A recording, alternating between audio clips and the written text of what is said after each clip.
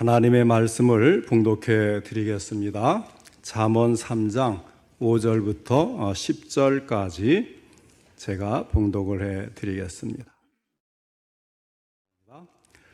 너는 마음을 다하여 여호와를 신뢰하고 내 명철을 의지하지 말라. 너는 범사에 그를 인정하라. 그리하면 내 길을 지도하시리라. 스스로 지혜롭게 여기지 말지어다. 여호와를 경외하며 악을 떠날지어다.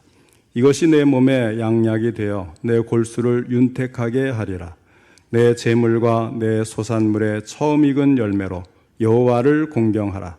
그리하면 내 창고가 가득히 차고 내 포도즙 틀에 새 포도즙이 넘치리라. 아멘. 오늘은 하나님만 섬기는 가정이라는 제목으로 함께 말씀을 듣겠습니다. 오늘도 하나님께서 예배드린 우리 성도님들을 만나주시고 생명의 말씀을 통해 풍성한 은혜를 내려오시기를 축원합니다. 먼저 하나님께 기도드리겠습니다. 사랑이 많으신 하나님 아버지, 오늘도 저희들의 예배를 받으시며 귀한 말씀 주시니 감사를 드립니다. 이 말씀을 통해서 하시고자 하는 하나님의 음성이 들려줄 수 있도록 전할 때도 들을 때도 성령님께서 함께 하시고 도와주옵소서. 마음에 깨달을 뿐 아니라 깨달은 것을 실천할 수 있는 믿음도 더해 주시옵소서. 예수님의 이름으로 기도하옵나이다. 아멘. 추석 명절을 지내고 있는데 잘 지내셨습니까? 옛날에는 참 시끌벅적하고 요란스러운 것이 한가위, 모든 것이 풍족하고 그래서 한가위만 같아라 이런 이야기도 있지 않습니까? 그리고 이제 시골 지방일수록 이 명절이 되면 서울에서 있는 모든 식구들이 다 같이 내려와서 함께 예배드리니까 갑자기 교회가 꽉 차는 그런 이제 옛날의 추석이었는데 요즘에는 이 모든 게 자유로워졌어요. 그래서 역기성도 있는 데다가 또 해외 여행도 가고 그래서 추석이라고 또 한가위라고 꽉 차거나 시끌벅적하거나 이렇게 그런 요란한 것은 없는데 그러나 여전히 우리 예수 믿는 가정들은 하나님 안에서 은혜로 사랑으로 또 화목한 가운데 모이는 즐거운 명절이면은 틀림이 없는 것 같습니다. 출애굽 이후에 이제 모세가 이스라엘 백성들을 이끌고 가나안을 향해서 나아가지 않습니까? 그러다가 이제 가나안을 눈앞에 두고 모세가 죽고 맙니다. 그리고 이제 여호수아가 모세의 뒤를 이었고, 그래서 여호수아는 하나님께서 주시는 능력을 힘입어서 이스라엘 모든 백성들을 이끌고 담대하게 요단강을 건너가서 믿음으로 여리고성을 정복하고 또 하나님의 도우심으로 가나안 땅에 있는 여러 성들을 하나하나 차례로 점령을 해서 마침내 온 가나안 땅을 다 점령하게 됩니다. 그런 뒤에 여호수아는 이제 자기가 죽을 날이 얼마 남지 않아서 모세처럼 백성들을 모아놓고 이제 이 마지막으로 그들에게 다짐을 하는 그런 이제 장면이 나옵니다. 그래서 여호수아가 이스라엘의 모든 지도자들을 세겜으로 불러 모았어요. 그리고는 그들에게 거룩한 결단을 촉구합니다. 그들이 가나안에 들어가서 복을 받느냐 못 받느냐, 가나안 땅을 주셔서 정복까지는 했는데 이후의 삶에서 복을 받느냐 못 받느냐, 이 문제를 결정지을 수 있는 중요한 결단을 촉구를 하는 것입니다. 어떤 내용이었느냐 하면 너희가 이방신을 섬기겠느냐, 그렇지 않으면 여호와 하나님을 섬기겠느냐, 둘 중에 하나를 선택하라. 그러면서 여호수아는 분명하게 자기의 신앙 태도를 밝힙니다. 오직 나와 내 집은 여호와를 섬기겠노라. 참으로 멋있는 고백 아닙니까? 이 세상의 모든 사람들이 다 여호와를 저버린다고 해도 오직 나와 내 집은 여호와 하나님을 섬기겠다 하는 것입니다. 지금 우리는 이제 추석 명절을 맞이해서 연휴를 지내고 있습니다. 바쁜 중에도 사방에 흩어져 있던 가족들이 모여서 서로 사랑을 나누며 함께 지내는 귀한 시간들입니다. 모든 가족들이 모이는 이때에 다시 한번 내 자신과 가족들과 하나님의 주신 은혜를 생각하면서 중요한 결단을 하시기를 바랍니다. 여호수아와 같은 거룩한 결단입니다. 온 세상 사람들이 다 하나님을 배반하고 하나님을 부정한다고 해도 오직 나와 내 집만큼은 하나님을 섬기겠다고 하는 거룩한 결단이 우리 모든 성도님들 가정에 있기를 축원합니다. 오늘 본문 말씀은 이처럼 우리가 하나님을 섬기는 결단을 하였으면 그 후부터 하나님을 어떻게 섬길 것인가, 다시 말해서 하나님을 섬기는 바른 방법에 대해서 말씀을 해주고 있습니다. 하나님을 바르게 섬기면 하나님께서는 우리에게 또 귀한 복을 주시기로 약속하신 사실도 말씀해주고 있습니다. 그래서 앞에서는 하나님의 요구, 어떻게 하나님을 섬길 것인가 하는 요구, 그리고 그 다음에는 그 요구의 조건에 맞도록 살면 복을 약속해 주시는데 세 가지의 복을 반복해서 말씀을 해주고 있습니다. 우리 다 같이 하나님이 약속해 주신 복을 받으려면 하나님을 어떻게 섬기는 것이 옳은가를 살펴보면서 은혜 받는 시간이 될 수 있기를 바랍니다. 첫 번째로 하나님께서 우리 인생길을 지도해 주시는 복을 받으려면 어떻게 섬겨야 하는가에 대해서 말씀을 하고 있습니다. 첫째는 하나님을 신뢰해야 됩니다. 그 다음에 두 번째는 하나님을 인정하는 거예요. 범사의 하나님을 인정하는 것. 자, 먼저 하나님을 신뢰를 해야 되는데 5절 말씀에 너는 마음을 다하여 여호와를 신뢰하고 내 명철을 의지하지 말라 하셨습니다. 이 말씀의 뜻은 한마디로 신앙생활을 바르게 하라는 것인데, 신앙생활은 무엇입니까? 오직 하나님 한 분밖에는 이 세상을 창조하신 신이 없다는 믿음을 가지고 하나님만 믿고 의지하고 바라보는 것, 바로 이것이 신앙이고 그런 삶을 사는 것이 신앙생활 아니겠습니까? 그런데 요즘에 사람들이 어떻습니까? 하나님을 믿는다고 하면서도 다른 것을 의지하고 바라는 경우가 있습니다. 믿습니다 하면서 안 믿고, 충성하겠습니다 하면서 봉사 안 하고, 사랑하겠습니다 하면서 미워하고, 겸손하겠습니다 하면서 목에 힘이 들어가는 것, 이것이 우리 사람들의 모습이 아니겠는가 합니다. 그러나 하나님을 신뢰하는 사람이라면 지켜야 될 두 가지 원리가 있습니다. 하나는 마음을 다하는 것입니다. 왜냐하면 마음 가는 곳에 몸이 가기 때문입니다. 내 마음이 세상에 빠져 있으면 세상 소리에 귀를 기울이고 세상 사람과 짝하고 세상 모임을 즐기게 됩니다. 예수 믿고 교회 다니면서도 세상 친구 만나고 세상 모임을 쫓아다니면 어떻게 되겠습니까? 만일 그 마음속에 하나님을 신뢰하는 신앙이 자리 잡고 있다면 하나님을 만나 교제하고 예배드리는 모임에 빠질 수가 없는 것입니다. 그래서 마태복음 6장 24절에 예수님께서 말씀하시기를 한 사람이 두 주인을 섬기지 못할 것이니 혹 이를 미워하고 저를 사랑하거나 혹 이를 중히 여기고 저를 경히 여김이라 하였던 것입니다. 마음을 어느 쪽에 들 것인가는 매우 중요합니다. 오직 하나님께 마음을 두고 힘을 다해서 하나님을 섬기는 것이 하나님을 신뢰하는 신앙입니다. 또 하나는 자기 명철을 의지하지 말아야 합니다. 여기서 말하는 자기 명철이란 하나님께서 인정해 주시지 않는, 스스로는 명철하다고 생각하는데 하나님이 인정해 주시지 않는 그런 명철을 말하는 것입니다. 인간이 자기의 조그마한 명철을 의지한다는 것은 하나님 앞에서 잔꾀를 피우는 것과 다름이 없는 것입니다. 옛날 바사, 그러니까 페르시아를 성경에는 바사라고 부르지 않습니까? 페르시아 나라에 하만이라고 하는 총리가 있었습니다.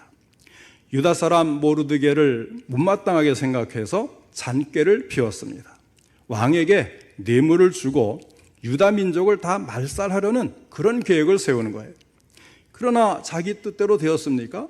그렇지 않고 오히려 모르드게를 매달기 위해서 높이 세웠던 장대에 결국은 하만 자신이 매달려서 죽고 말았어요. 그 반면에 모르드게가 키웠던 사촌 여동생 에스더를 생각해 보시기 바랍니다. 자기 동족 유다 백성이 위기에 처했다는 소식을 듣게 되자 사흘 동안 아무것도 먹지 않고 금식을 하였습니다. 하나님께 간절히 기도하면서 매달렸습니다. 왕이 부르지 않았지만 하나님을 의지하는 마음으로, 왕비라고 해도 부르지 않은데 왕 앞에 나가면 죽임을 당하는 그런 법이 있지만 하나님을 의지하는 마음, 죽으면 죽으리라는 마음으로 담대하게 기도한 후에 왕에게 나아갔습니다. 그래서 위기에 처했던 자기의 동족을 구한 것 아니겠습니까? 잠언 16장 9절에 보면 이런 말씀이 있습니다. 사람이 마음으로 자기의 길을 계획할지라도 그의 걸음을 인도하시는 이는 여호와시니라.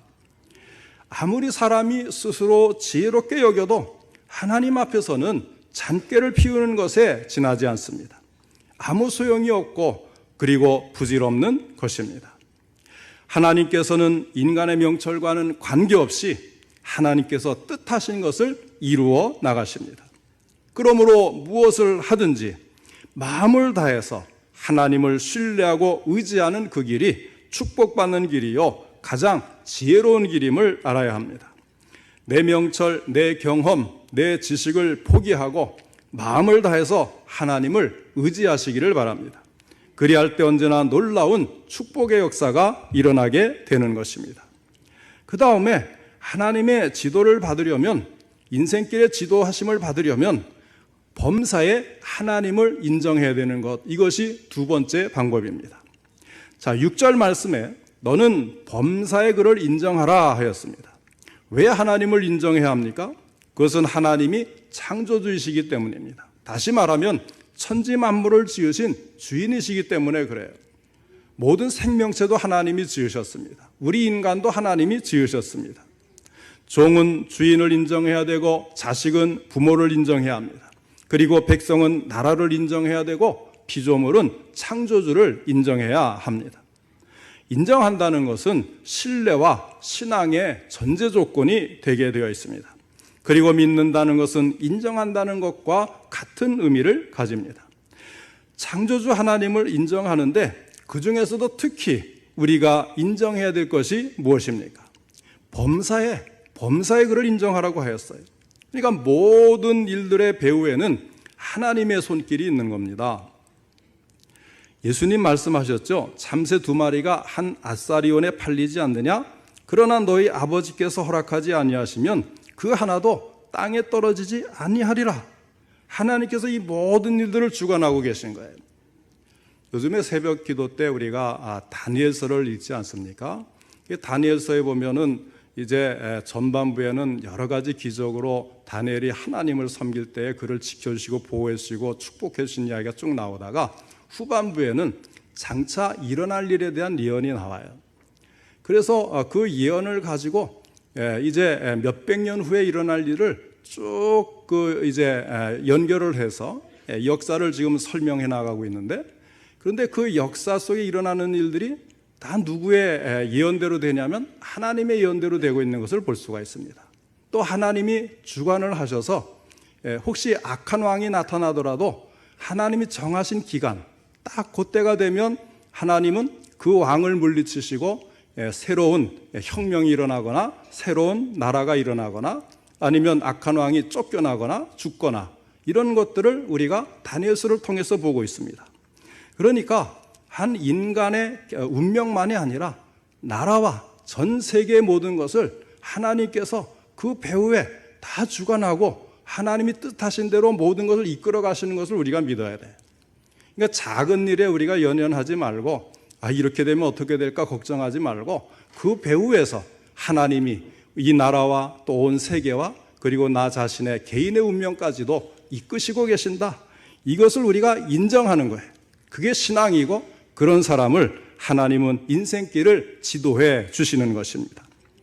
이처럼 우리가 하나님을 신뢰하고 인정하면 하나님은 우리의 인생길을 지도해 주시는 복을 주십니다. 하나님은 내가 어디로 가야 할지 그리고 내 영혼이 쉴 곳은 어디인가 미리 아시고 먼저 가셔서 우리의 길을 인도하여 주신다는 이 사실을 믿으시기를 바랍니다. 우리는 순간순간의 길을 알지 못합니다. 그러나 하나님 그분은 우리의 길을 지도하십니다. 서울대를 목표로 공부한 학생이 있었습니다. 그의 가족들은 하나님을 잘 섬기는 그리스도인들이었어요.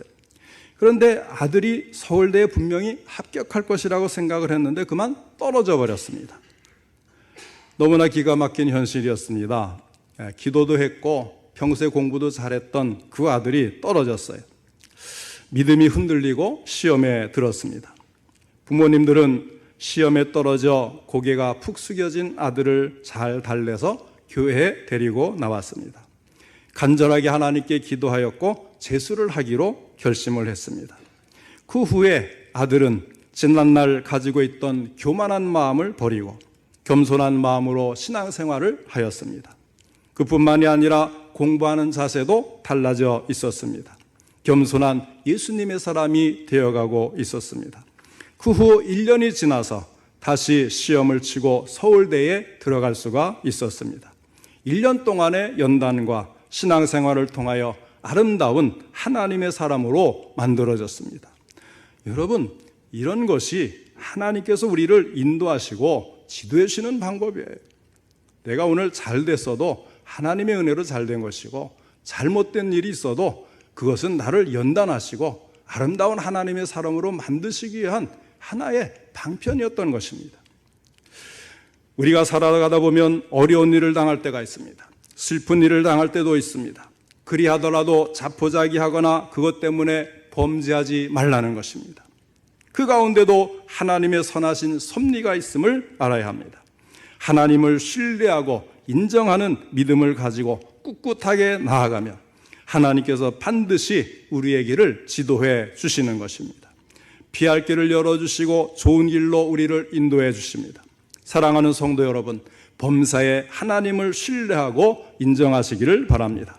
괴로우나 즐거우나 범사에 하나님을 인정해 드리는 삶을 사시기를 바랍니다. 그리할 때 선한 목자 되신 우리 하나님은 우리를 의의 길로, 가장 좋은 길로 인도해 줄 줄을 믿으시기 바랍니다.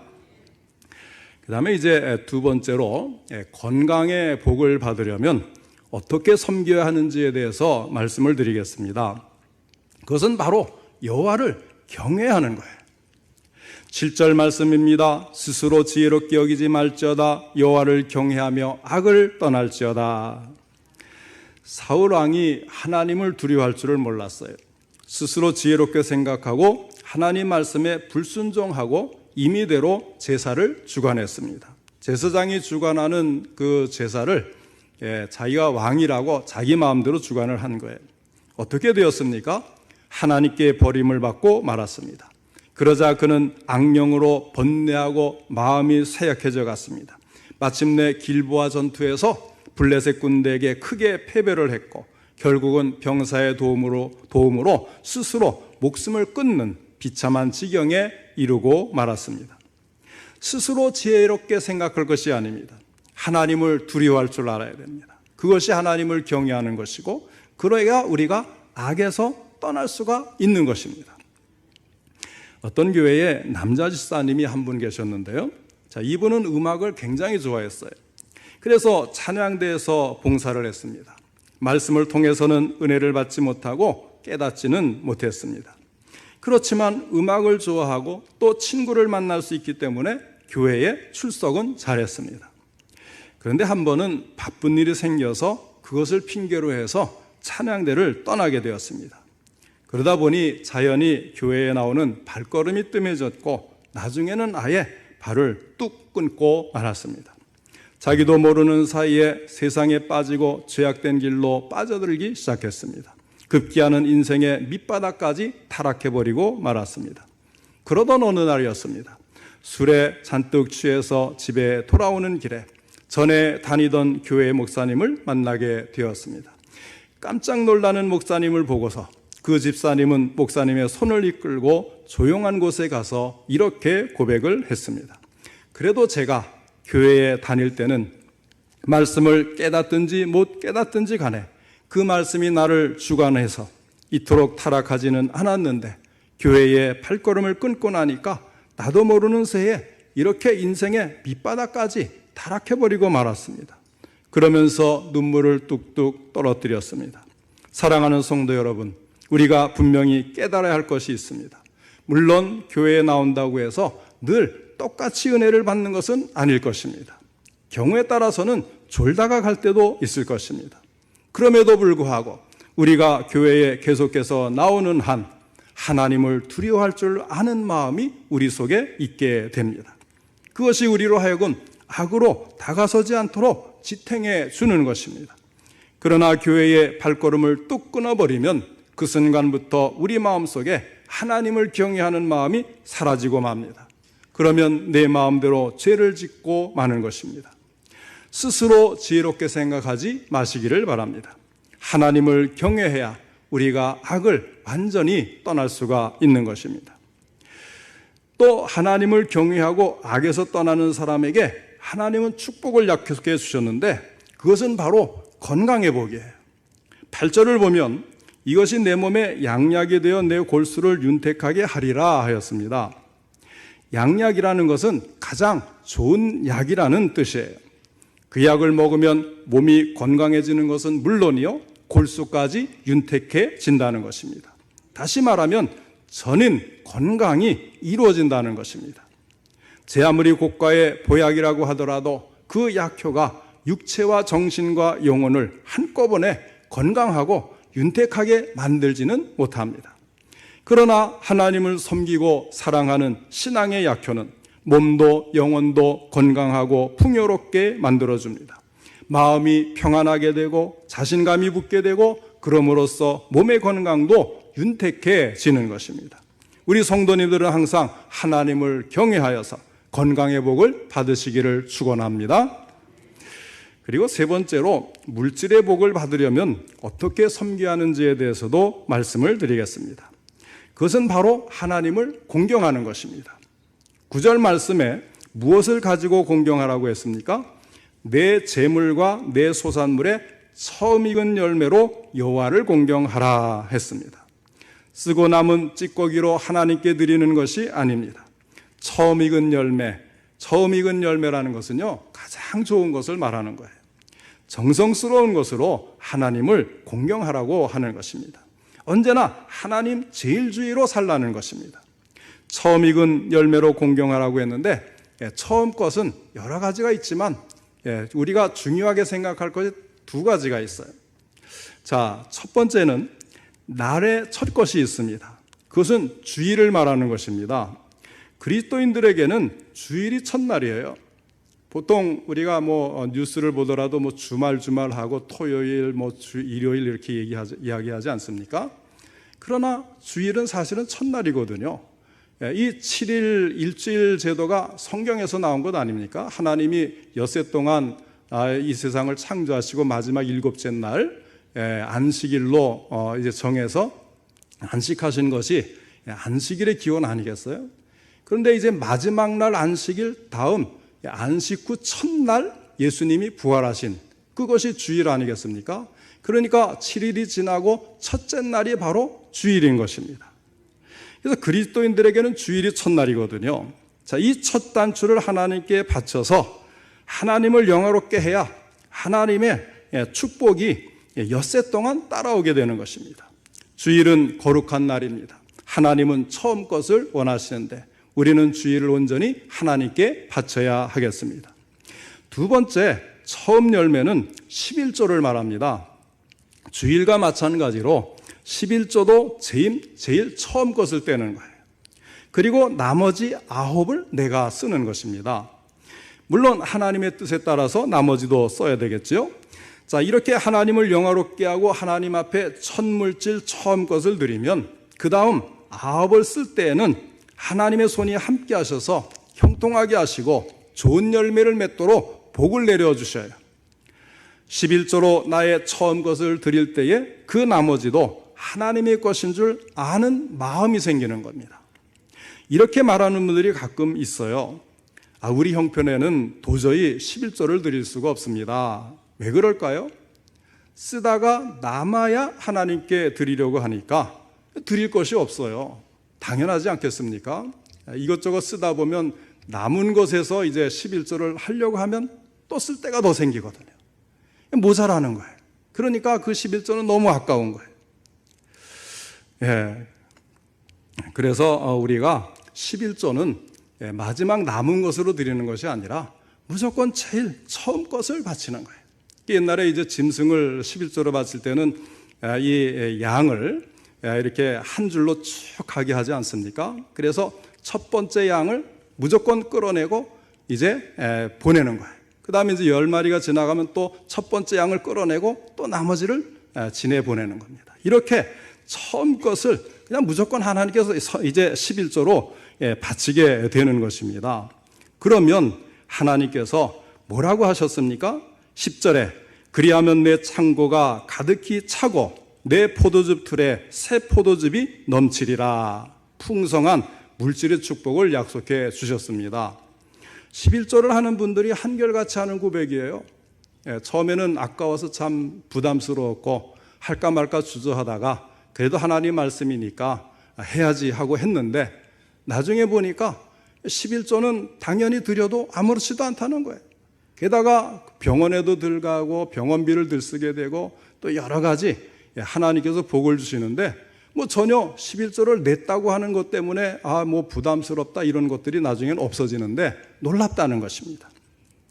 자, 이렇게 하나님을 우리가 경외하면서 그 첫 번째 처음 열매로 하나님을 섬기게 되면 하나님께서 물질의 축복을 약속해 주시고 있습니다. 9절에 내 재물과 내 소산물의 처음 익은 열매로 여호와를 공경하라. 그리고 10절에 보면 그리하면 내 창고가 가득히 차고 내 포도즙 틀에 새 포도즙이 넘치리라 하였습니다. 자, 여기 창고가 가득히 찬다고 했는데 창고가 무엇입니까? 여러분의 주머니도 창고죠. 사람이 창고를 가지고 다니는 거예요. 주머니가 일생 동안 차는 사람이 있는가 하면 늘 비어있는 사람이 있습니다. 은행도 창고고 집에 있는 냉장고도 창고입니다. 하나님께서 일생 동안 여러분의 창고를 다 채워주셔야 하는데 어떻게 해야 된다는 것입니까? 하나님을 잘 섬겨야 된다. 그것도 첫 열매로 섬겨야 된다 하는 것입니다. 사업에 성공하고 인생의 삶이 차고 넘치는 비결은 하나님을 처음 열매로 잘 섬기는 것이라는 말씀입니다. 그러면 또 의문이 생기지요. 아니, 세상의 모든 부자들이 다 예수 믿는 사람밖에 없습니까? 오히려 안 믿는 사람들이 돈 많고 잘 사는 것이 더 많이 보이는 것 같은데요. 물론 돈을 벌고 부를 얻을 가능성은 누구에게나 열려 있어요. 이것을 우리는 뭐라고 합니까? 일반 은혜라고 하는 거죠. 하나님이 세상에 사람을 창조하셨는데 다 먹고 살도록 해주셔야 되지 않겠어요? 그래서 부지런히 노력하면 나름대로 어느 정도의 부를 또 축적할 수도 있는 것입니다. 그것을 우리는 일반 은혜라고 합니다.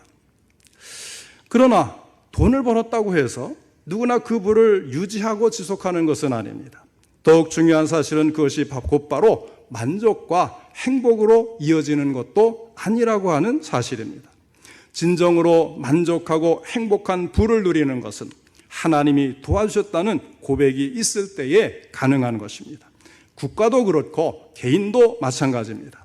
소득이 배로 불어난다고 해서 행복도 2배가 되는 것은 결코 아니지요. 행복, 건강, 성공, 부 이런 것들은 하나님이 주시는 선물이라는 사실을 믿으시기를 바랍니다. 오늘 주님께서는 약속하십니다. 우리가 하나님을 바르게 잘 섬기면 우리의 인생길을 지도해 주시고 합력하여 선을 이루게 하십니다. 우리가 영육 간의 전인적인 건강을 유지할 뿐만 아니라 사업에 성공하고 인생의 창고가 풍요롭게 차고 넘치게 해주시겠다고 하셨습니다. 사랑하는 성도 여러분, 이번 추석 명절 연휴를 지내는 동안 온 식구들이 함께 모여 하나님만 섬기기로 결심하는 명절 연휴가 되시기를 바랍니다. 그리고 우리 모두가 하나님을 잘 받들어 섬길 수 있기를 바랍니다. 하나님을 전적으로 의지하고 하나님을 인정해드리고 하나님을 경외하고 하나님을 잘 공경해서 하나님의 지도를 받는 인생이 되시고 우리 삶이 건강하고 윤택해지며 우리의 즙틀에 새 포도즙이 넘쳐남같이 우리의 마음속에 우리의 가정에 우리의 교회에 기쁨과 감사와 찬양과 행복이 넘쳐나는 귀한 역사가 우리 모든 성도님들께 있으시기를 주님의 이름으로 축원합니다.